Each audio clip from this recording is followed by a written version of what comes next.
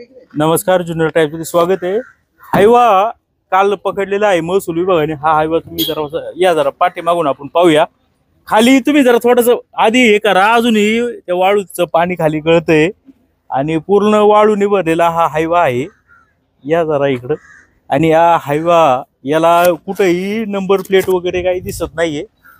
पुढे जरी गेलो तर तुम्ही जरा थोडस याच्यावरून चढू शकता का? वाळू दाखवा येत नाही का? इथं आहे ना वाळू? चांगली आहे का मुरमाड आहे?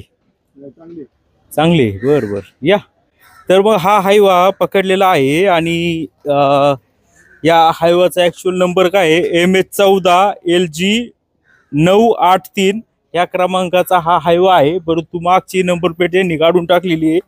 आणि पुढे जर आपण पाहिलो तर इथं देखील कोणती नंबर प्लेट नाहीये, म्हणजे बिगर नंबर प्लेटचे ही अवैध वाळू वाहतूक ही सुरू होती।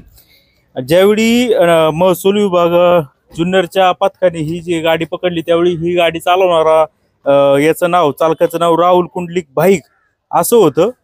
ह्या गाडीच्या मालकाचं नाव काय अजून काही समोर आलं नाही, पण मी जर नंबर जो सांगितला तो जर आपण चेक केलं त्याच्यामध्ये मालकाचं नाव येईल।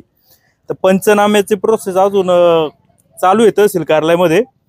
ही गाडी म्हणजे आज पहाटेच 12:30 वाजता नारायणगावच्या हद्दीमध्ये पकडलेली आहे। पार्लेरच्या भागातून ही वाहतूक सुरू होती। आता समजा ही गाडी पकडली म्हणून आपण याची बातमी करतोय, परंतु अशा अनेक शेकडो गाड्या ह्या आपल्या हायवेवरून धावत असतात आणि त्याच्यावर कोणतीही कारवाई होत नाही। आणि शासनाने जो वाळूचं जे आहे ते परत ओपन करावं, जेणेकरून अशी चोरटी अवैध वाहतूक होईल त्याला आळा बसेल।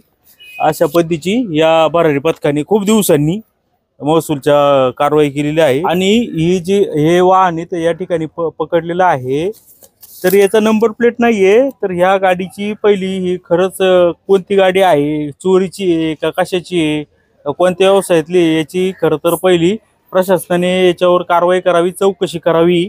कारण की नंबर प्लेट न लावता ही गाडीचं हिचं काही इन्शुरन्स काय आहे? उद्या गाडीच्या खाली लोक मरू शकतात, त्यांनी काय करायचं असा देखील प्रश्न आहे। आणि आरटीओ विभागाने या गाडीची पूर्ण चौकशी करावी। आता नुसतं वाळू चोरीचा दंड न करता या गाडीवर या पोलिसांनी, जुन्नर पोलिसांमध्ये किंवा नारायणगाव पोलिसात तिथं पकडल्याचा आधी तिथं गुन्हा दाखल करावा।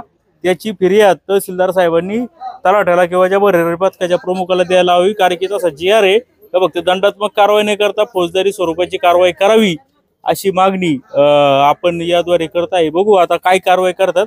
आता आपण जर यांनी जर फक्त याचा गुन्हा दाखल नाही केला तर आपण फक्त तहसीलदार जे आहे सुनील शेळके त्यांना देखील उद्या विचारणा करू का आपण याबाबत का गुन्हा दाखल केला नाहीये।